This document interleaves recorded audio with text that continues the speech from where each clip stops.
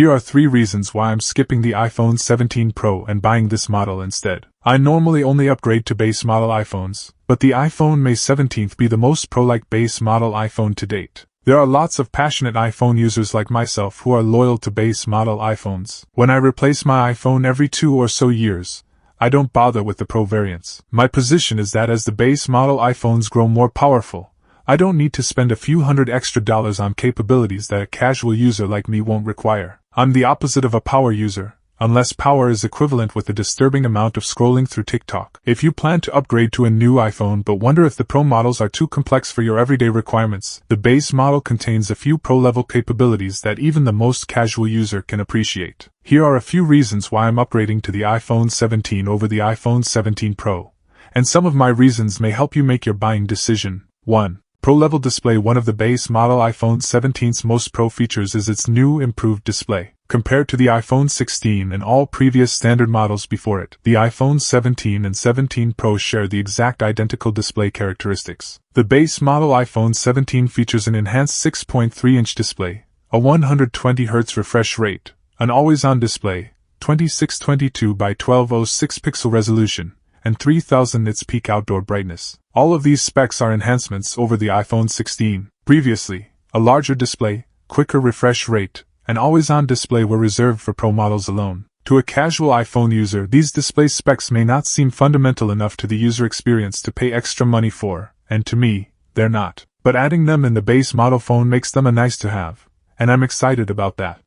2. Upgraded camera system. The iPhone 17 includes an 18-megapixel center stage front camera. This is the first major front camera upgrade since the iPhone 11, and I was pleasantly surprised that it wasn't reserved for the Pro versions. During Apple's inaugural, the firm said the iPhone 17's back camera has 4 times the resolution of the iPhone 16, while the center stage front camera's square design allows for more pixels, flexible photo framing, stabilization, and a broader field of view. The new camera employs AI to enlarge the camera's field of view, so you can capture images in landscape while keeping the phone vertical. If you utilize your iPhone camera for everyday photo and video taking, the iPhone 17's camera system will be more than enough. However, if you plan to shoot professional-grade images and videos, the standard model iPhones lack the extra optical zoom, Pro RAW file format, and other Pro-level photo and video refining capabilities available in the iPhone 17 Pro. Storage. So it's a positive for those who don't want to pay more to enhance the base model storage or rely only on iCloud.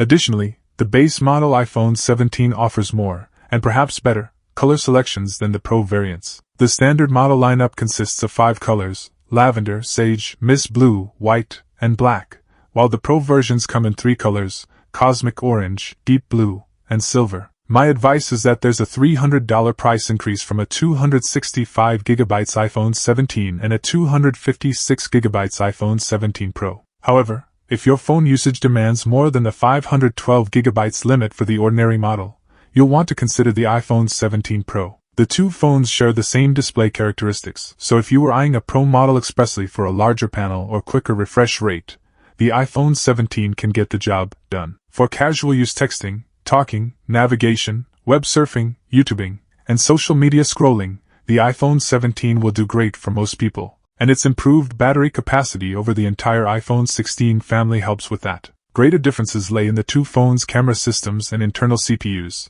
as the iPhone 17 Pro boasts an improved A19 Pro chip. The iPhone 17 Pro also boasts an additional back 48 megapixels, fusion telephoto lens, more optical zoom settings, and Pro RAW image file compatibility. The improved camera gives the iPhone 17 Pro more advanced photography and filming skills, making it appropriate for content creators and professionals. Oh, actually, I've spent a lot more on my iPhones. I'm stationed in the UK, and haven't always gone for the basic storage option, but I've always had the Pro Max or nearest equivalent.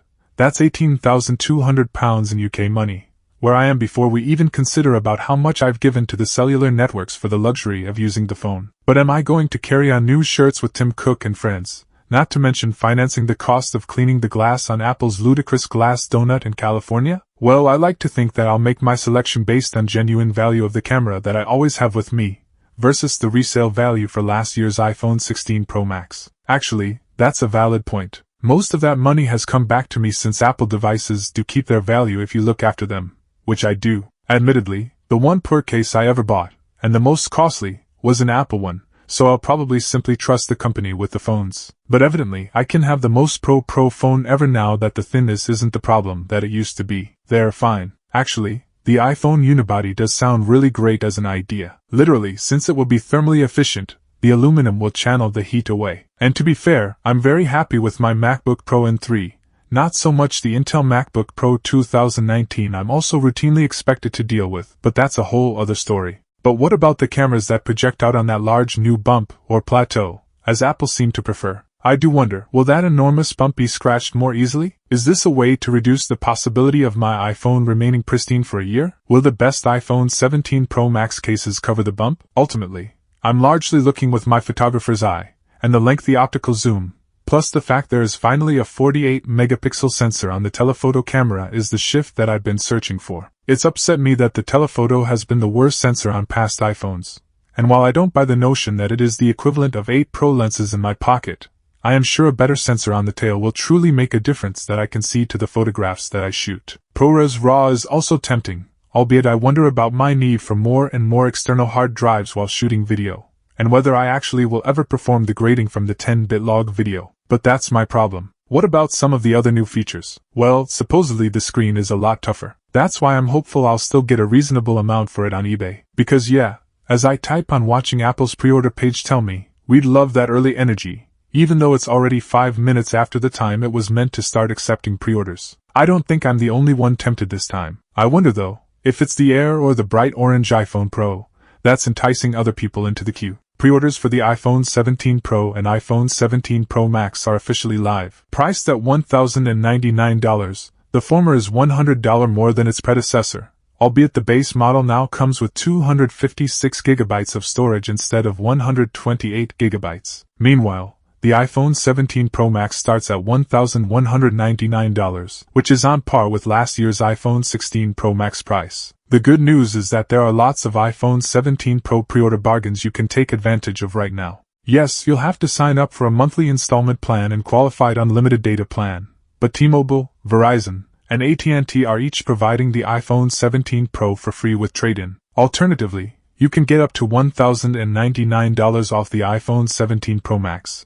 be it the same requirements at each carrier. In our iPhone 17 Pro hands-on review, we claim both Pro versions had seen the biggest upgrades in years, starting with powerful new CPUs, better battery life, and a vapor chamber cooling mechanism. Sure, the iPhone Air is intriguing, but for raw performance, the Pro models are your best bet. The iPhone 17 Pro and iPhone 17 Pro Max are practically identical. What divides the two are screen size, storage capabilities, and battery life. Otherwise, the processors and camera setups are comparable on both phones. The iPhone 17 Pro Max wins in that it has the biggest 6.9-inch screen, and its battery is rated at 39 hours of video. It also comes in a 2 TB configuration, should you require the extra storage. By comparison, the iPhone 17 Pro offers a smaller 6.3-inch screen and only 33 hours of video playback. They're both expensive phones and likely to finish up in our list of top phones of 2025, so the model you choose truly boils down to desire and budget.